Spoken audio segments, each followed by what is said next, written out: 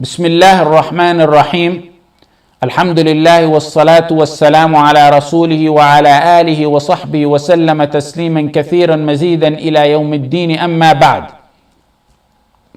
If you look in the chain of verses in the Quran, you're going to find that there's in Surah Al-Baqarah, you're going to find the series of verses on Ramadan. يا أيها الذين آمنوا كتب عليكم الصيام.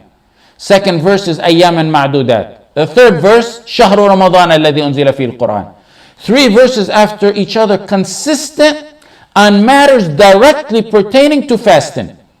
Suddenly you get to the 4th verse, it's out of topic. It's about dua. وَإِذَا سَأَلَكَ عِبَادِي عَنِّي فَإِنِّي قَرِيبٌ أُجِيبُ دَعْوَةَ الدَّاعِ إِذَا دَعَانِ. Then you go back to the 5th verse, أُحِلَّ لَكُمْ لَيْلَةَ الصِّيَامِ. It goes back to the rules and regulations of fasting.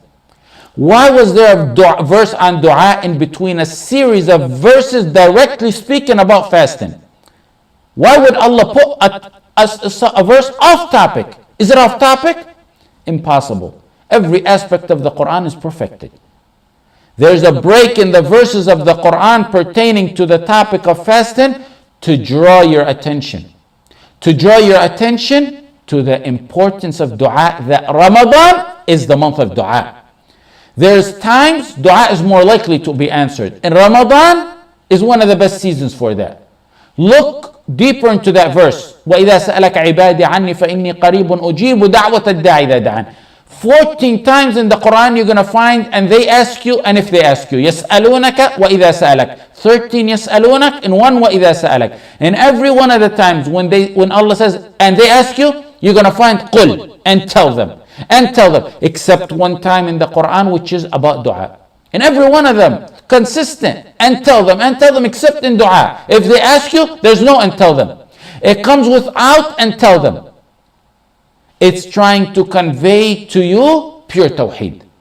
That this is a relationship between you and Allah directly. Not even the Prophet ﷺ. No messenger, no wali is between you and Allah. The dua is direct between you and Allah. It's complete tawheed, pure tawheed. And that's why there's no qul in it. The dua is answered at all times in all situations. Allah answers at all times. Days, nights, evening, all situations. Stand and sit and laying in bed. In wudu, out of wudu. It doesn't matter. But there are times in situation where dua is more likely to be answered. And let's take some of those tips so we can perfect our dua in this month of dua. And not only that, but we're never going to stop making dua after, inshaAllah ta'ala. First, pursue the special times.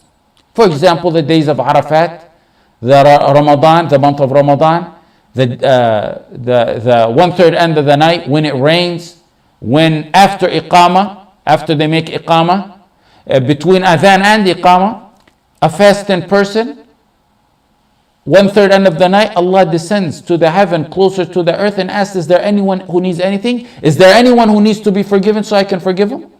The more you combine of these special times and situations, the more likeliness the dua will be accepted, insha'Allah. Combining Ramadan, for example, with the night of Laylatul Qadr, with sujood, prostration, with the 1/3 end of the night, and look how amazing that is. Special times and special situation. So that's the first issue.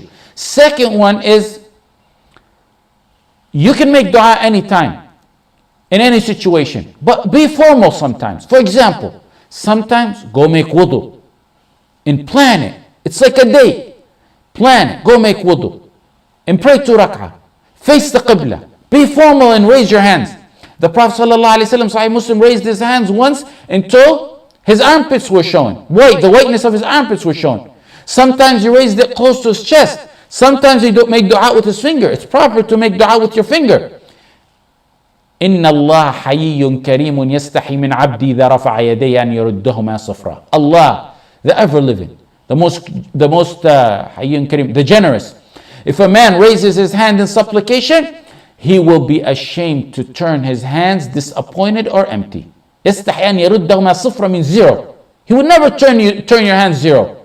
He's ashamed to do that. Abu Darda used to say, raise your hands to Allah before they're fettered in chains. The next point, make dua in a voice not too loud or not too low. When the Sahaba raised their voice out loud, the Prophet ﷺ said, Ya ayyuhan nas, inna alladhi tad'un, laysa bi asam wala ghaib. In Sahih Bukhari and Muslim, he said, you're not calling someone who's deaf or absent. And likewise, وَلَا تَجْهَرْ بِصَلَاتِكَ وَلَا تُخَافِتْ بِهَا أُدْعُوا رَبَّكُمْ تَضَرُّعًا وَخُفْيًا. Verses that mean neither not loud nor low. Follow way in between. And that's how one of the manners of dua is. Zakaria, when he praised Allah, Allah praised him for keeping it in between, keeping his voice in between. إِذْ نَادَى رَبَّهُ نِدَاءً خَفِيًّا. A next point on dua. Don't try to overly make dua rhythmic, like a poem. It doesn't really necessarily happen a lot in English.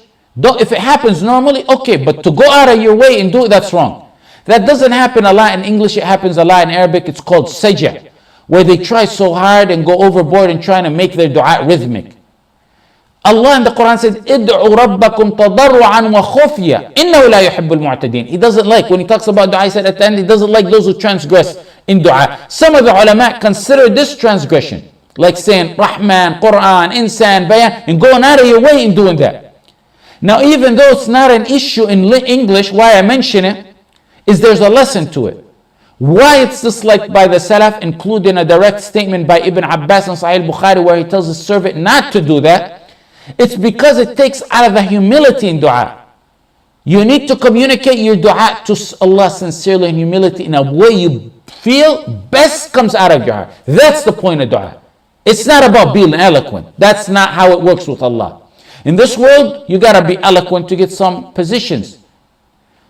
With Allah, focus on humility, on sincerity, on getting your heart into your dua. إنهم كانوا يدعوننا إنهم كانوا يسارعون في الخيرات ويدعوننا رغبا ورهبا.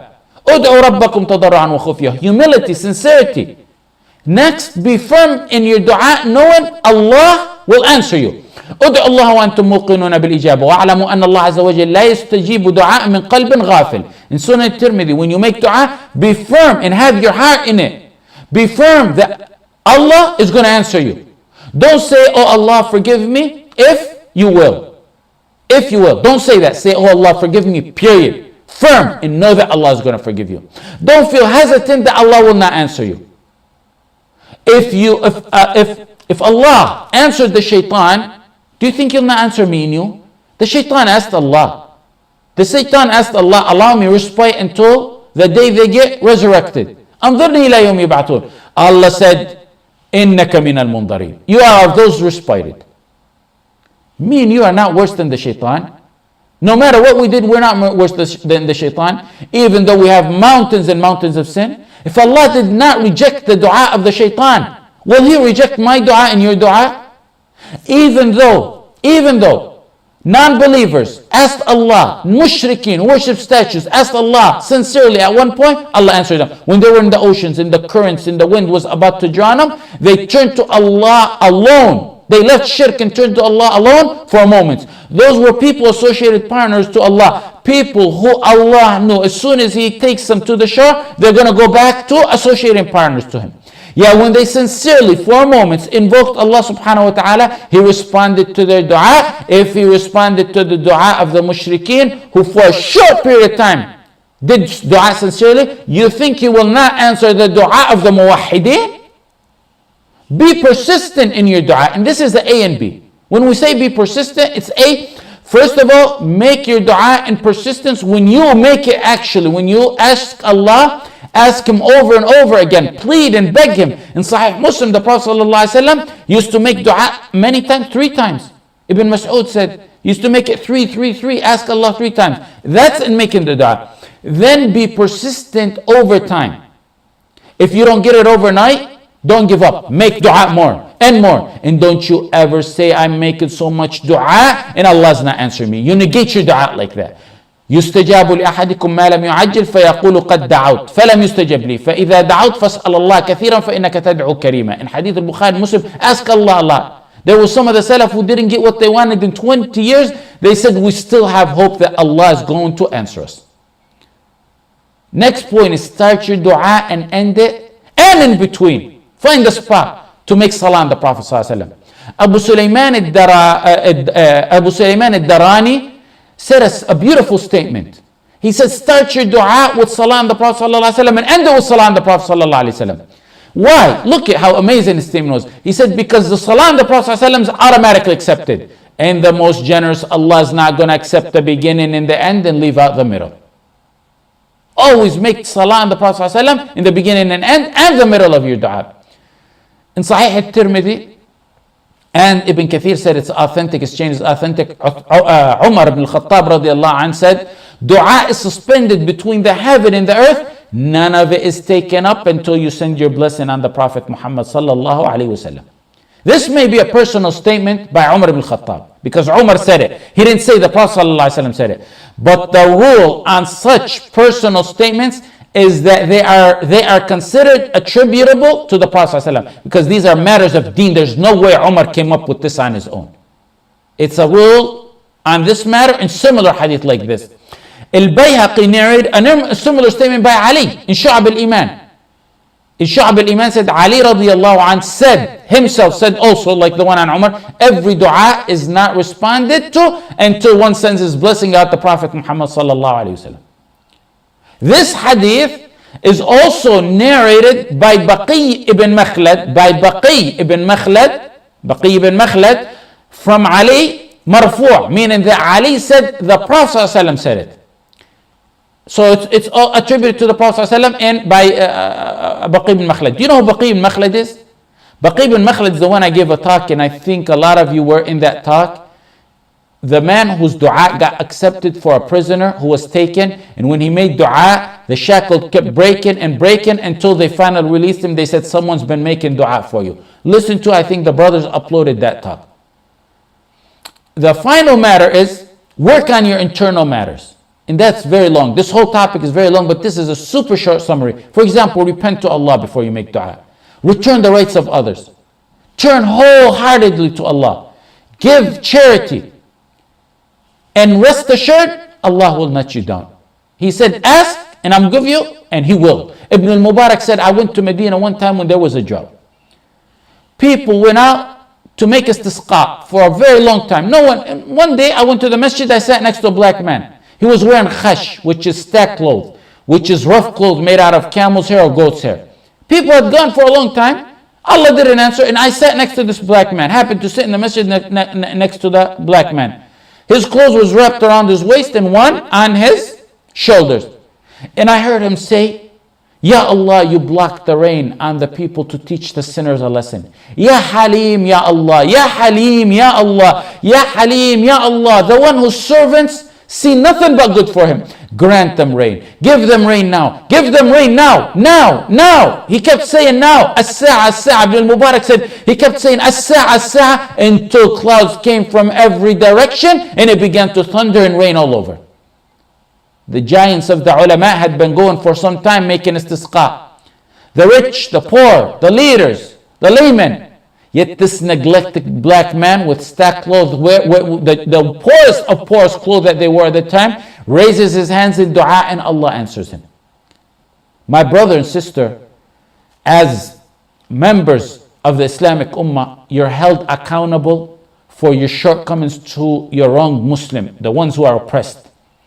Don't ever let a day go by where you make dua for you, for your family, for your loved one, but also every day include the oppressed and wrong Muslim. So at least when you stand before Allah, you said, Ya Allah, I made dua.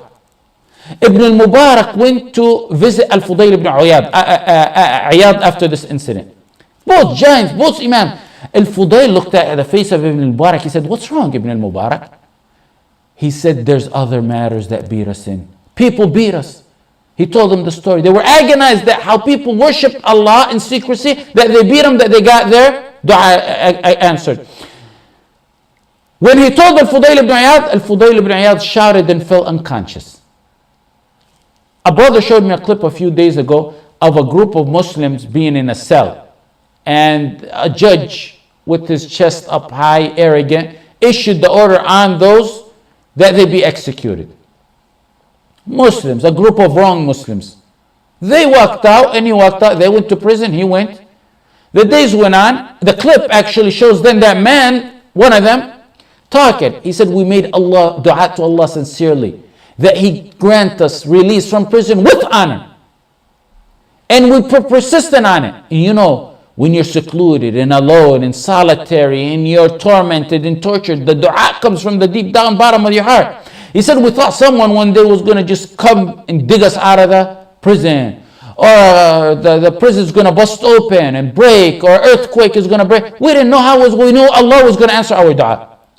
Suddenly one day someone comes with a key and opens the door. He says, you're free to go home. The world has changed. The leader of the country for a decade is gone and you're free to go home. In this month, activate your ibadah of dua. When you make dua, when you ask Allah, other than all the benefits you're going to get, merely asking Allah, you get reward for. You know how you get reward for reading Quran? You get reward for dhikr. You get reward just for dua. Other than answering your dua, I'm saying. Yes, Allah will answer your dua, but you get a bonus on top of that, that you get reward for merely because it's a ibadah. It's a ibadah. Ad-du'a huwa al-ibadah.